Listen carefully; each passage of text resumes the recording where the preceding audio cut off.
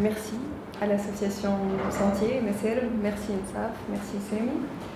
Alors, je suis aussi ravie d'être là parce que ça va permettre éventuellement de lever un certain nombre de malentendus qui, à mon avis, émergent dès la lecture du titre de l'ouvrage. Et le choix du titre, d'abord, n'est pas le mien.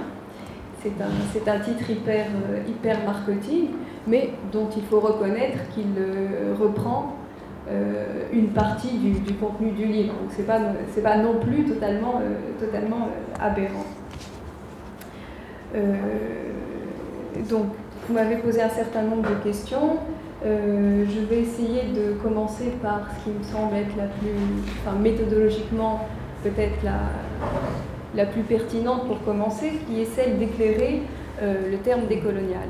Parce que évidemment, quand on parle d'un féminisme décolonial, on a peut-être tendance à convoquer un certain nombre d'images qui ne sont pas forcément les bonnes, et qui en tout cas ne recouvrent pas ce qu'il y a dans l'appellation féminisme décolonial. Qu'est-ce que ça veut dire en fait décoloniser ? D'abord, décoloniser, il y a plusieurs entrées à ce verbe et à cette approche, mais décoloniser, c'est d'abord, s'agissant du féminisme, porter un diagnostic. Décoloniser, c'est finalement reconnaître qu'il y a une approche féministe qu'on pourrait appeler mainstream, donc qui est majoritaire. Quelle est la caractéristique de cette approche ? C'est une approche hégémonique, c'est une approche arbitraire. Dans quel sens est-elle hégémonique et arbitraire ? Il se trouve que les féministes qui défendent ou qui sont issus de ce courant mainstream ont pour ambition d'importer, voire d'imposer un certain nombre de valeurs, un certain mode d'être, une certaine conception de la vie bonne, pour utiliser un vocabulaire de philosophe, à d'autres femmes qu'elles considèrent ne pas savoir ce qui est bon pour elles. Donc il y a là une approche de type maternaliste, calquée sur le terme paternaliste, puisqu'il s'agit donc de femmes. Et ces femmes, donc, qui sont issues d'une certaine élite, considèrent savoir mieux que leurs congénères qui n'ont pas eu la chance d'appartenir à cette élite, ce qui est bon pour elles. Ces valeurs, ou ce mode d'être, ou cette conception de la vie bonne, se prétend universaliste. Donc, elle est présentée, on se prétend, elle est présentée comme étant universelle, universaliste. Mais en réalité, elle est profondément particulariste, comme toute conception, comme tout mode d'être. Il n'y a pas un mode de vie qui pourrait être qualifié d'universel. Ce n'est pas vrai. Donc, ce mode d'être se prétend universaliste, mais il est en réalité profondément particulariste. Il correspond, pour utiliser un vocabulaire typiquement décolonial, à une certaine vision impériale, au sens historique, mais aussi épistémologique du terme. Il est donc occidentalocentré, donc il s'agit d'apporter un certain paradigme du Nord, pour utiliser une terminologie encore une fois décoloniale, vers le Sud, vers les Suds, sans questionner peut-être la spécificité du vécu du ou des Suds. Ça, donc, décoloniser, c'est d'abord faire ce diagnostic. Alors, vous allez me dire, oui, d'accord, peut-être, mais ce n'est pas évident. Il faut accepter ce diagnostic. Il faut d'abord accepter de le faire, accepter de voir qu'il y a un certain type de diagnostic à faire, et ensuite voir comment on peut remédier à la pathologie qui est dénoncée par ce diagnostic. Donc décoloniser, dans un premier temps, c'est porter ou accepter de faire ce diagnostic. Mais évidemment, ce n'est pas que cela. Décoloniser, c'est aussi, dans un sens profondément épistémologique, du point de vue de l'approche, décoloniser, c'est déconstruire.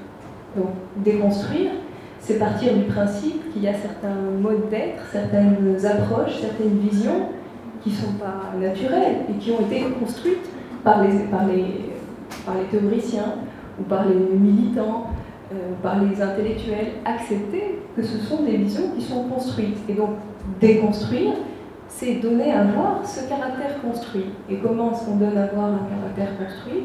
Eh bien, tout simplement en montrant ce qu'il y a d'orienté. C'est pas une insulte, hein, c'est une approche. Nous avons tous une vision qui est orientée. Mais là où le bas blesse, et là où il y a un problème, c'est de refuser, de dire aux autres que c'est une vision orientée et profondément, finalement, particulariste et subjective. Donc déconstruire, c'est donner à voir ce qu'il y a d'orienté dans ces visions, ce qu'il y a de subjectif, ce qu'il y a de particulariste.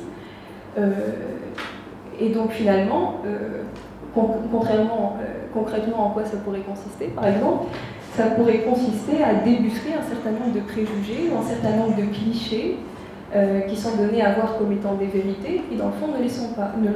Donc déconstruire, c'est montrer que telle et telle idée, telle et telle vision, telle et telle manière de voir les choses, en fait, est purement construite et pourrait relever d'un préjugé, en tout cas d'une manière particulière de voir les choses. C'est d'essayer de montrer que quand on est vraiment féministe, en réalité, on accepte de voir qu'il y a aussi un problème dans certains types de revendications qui sont portées par les féministes. C'est aussi accepter de reconnaître, quand on est féministe, que le problème des femmes est aussi un problème entre les diverses catégories de femmes, et pas simplement intersexuel. Il n'est pas intersexuel, il est intrasexuel. En général, les féministes refusent de voir cela et considèrent qu'il y a une femme avec un F majuscule, que toutes les femmes se ressemblent, qu'elles veulent toutes la même chose, alors que le propre du féminisme, je pense, en tout cas avec les nouvelles manières de voir, mais ça fait au moins 50 ans que ça dure dans les milieux académiques et intellectuels, c'est de voir que le féminisme est traversé par des rapports de force et par des enjeux de pouvoir qui ne sont pas simplement rapportés à l'homme en tant que sexe, mais que le problème est aussi un problème entre femmes. Et c'est exactement ce que se propose de faire le féminisme décolonial, en fait, mais on pourrait en discuter peut-être plus précisément tout à l'heure. Alors, vous me demandez aussi quelles sont les formes de féminisme qui s'affrontent, c'est ça un peu sur la scène oui, enfin, donner une idée peut-être de ce que vous entendez par féminisme musulman, qu'on est mal peut-être, parce qu'il n'y a pas d'expression, il n'y a pas de courant constitué du moins en Tunisie. Non, en Tunisie, nous n'avons pas de féminisme musulman. Il y a très peu de représentants en Tunisie. Il y a très peu de littérature sur ça. Oui, il y a très peu, il n'y a pas de militantes féminisme musulman, il n'y a que des femmes islamistes dont on ne peut pas dire qu'elles soient féministes en fait.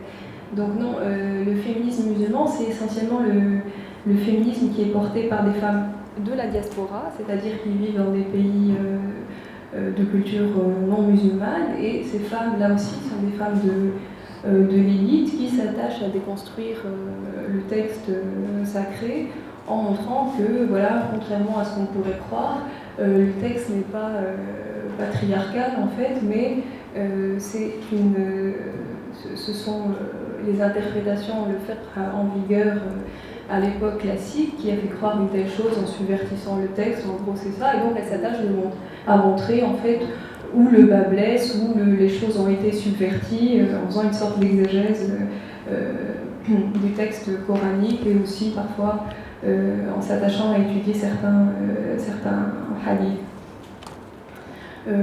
Bon, alors la tentative est louable, c'est assez intéressant à voir et à lire d'un point de vue, disons, académique ou intellectuel, mais à mon avis, comme j'ai dit dans le livre, mais je ne sais pas si c'est le lieu d'en parler maintenant, peut-être ou en parler plus tard, c'est un féminisme qui, à mon avis, échoue dans ce qu'il a, dans sa tâche, dans le sens où, à mon avis, la tâche d'un féminisme digne de ce nom, c'est quand même de s'attaquer aux problèmes de fond des femmes, d'essayer de répondre à leurs interrogations, et ce féminisme ne fait pas cela. Il échoue à parler à la croyante ordinaire pour des raisons qu'on pourra évoqué plus tard. Et les problèmes de la croyante ordinaire sont par contre solutionnés entre guillemets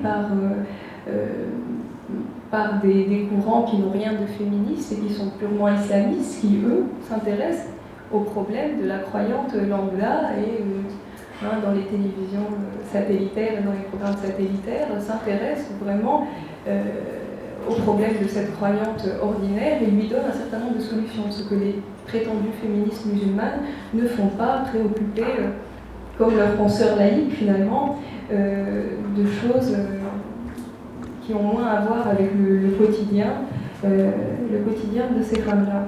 Alors blanc, évidemment, c'est pas du tout par rapport, comme vous l'avez dit, à une couleur, ça n'a rien à voir avec la couleur de peau. Le concept de blanchité, c'est un concept post-colonial qui a cours maintenant depuis une petite décennie et qui vise... Et qui est très controversé quand même. Non, il n'est pas controversé, il est accepté maintenant. Ah bon? Oui, les Blancs ont du mal à accepter qu'on parle de blanchité, mais on peut parler de négritude sans que ça choque personne. Mais le concept de blanchité est un concept avéré académiquement, et la blanchité, c'est, s'agissant du féminisme, le fait de, comment dirais-je,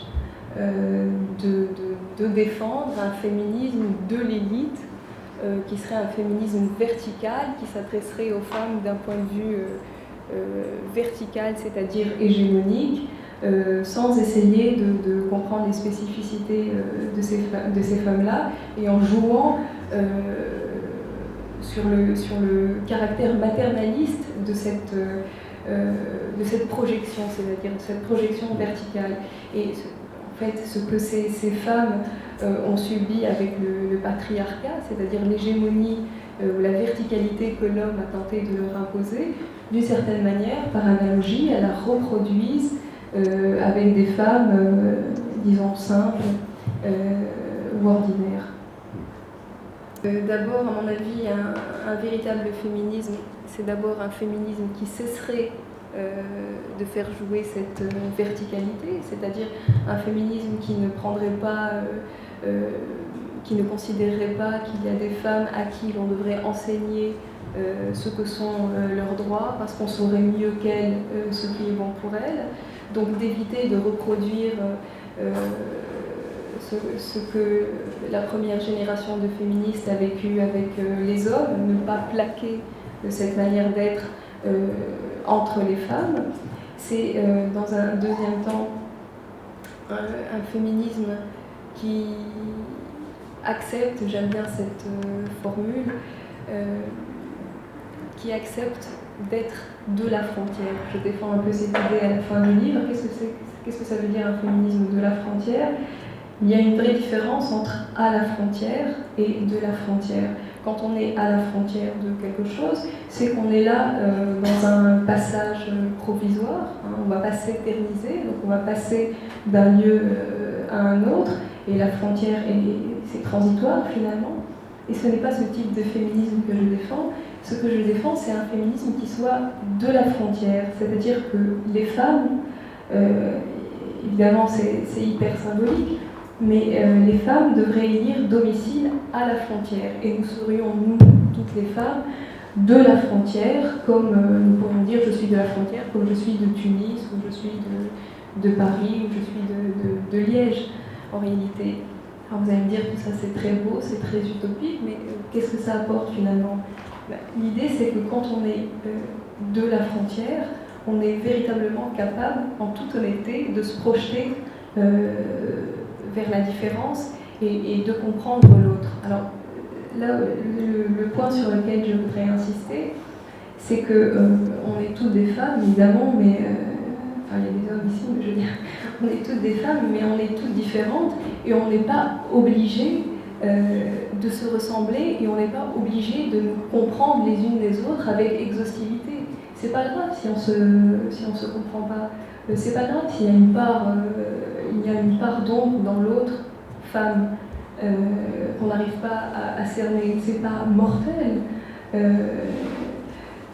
Il y a une notion en philosophie politique qui a été défendue par John Rawls, que je trouve absolument atroce, qui est cette idée de consensus par recoupement.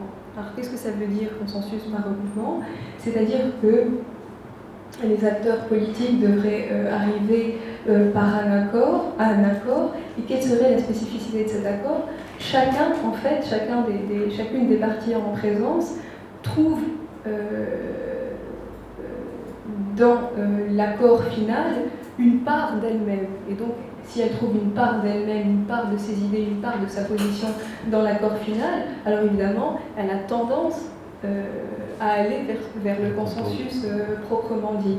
Mais je trouve cette idée, c'est typiquement libéral, hein, le consensus c'est une notion typiquement libérale, c'est une idée absolument atroce qui fait beaucoup de mal. On peut très bien vivre ensemble sans être dans le recoupement, c'est pas une nécessité, on n'a pas besoin de se retrouver, s'agissant du féminisme et des femmes, les unes dans les autres. C'est pas une nécessité. Enfin, je crois que d'abord ce qui est le plus important, c'est de se trouver soi-même. Se retrouver les unes dans les autres, ça, à mon avis, ça n'a pas d'intérêt, et de toute façon, c'est pas possible. Donc ces féministes qui cherchent à créer une dynamique de la sororité, une espèce d'œcuménisme de bon ton, voilà, on est tous ensemble, on évolue vers le même télos, vers le même objectif.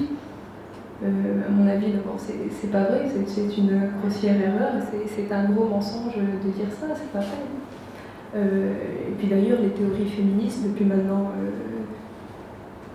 40-50 ans, récusent complètement cette idée. Donc le féminisme de la deuxième génération, c'est un féminisme qu'on appelle différentialiste, c'est un féminisme qui pose la notion d'intersectionnalité, ce qu'on appelle l'intersectionnalité au cœur des approches féministes, c'est-à-dire qu'il n'y a pas la femme avec un F majuscule, il n'y a pas un concept de femme, il y a la femme, je dis n'importe quoi, noire, ouvrière et lesbienne qui subit une matrice de domination, et c'est ça qu'il faut essayer de solutionner.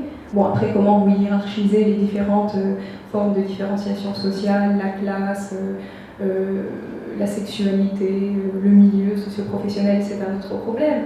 Mais ceci, l'intersectionnalité, montre bien qu'il faudrait qu'on en finisse avec l'idée qu'il y a un profil de femme avec un F majuscule.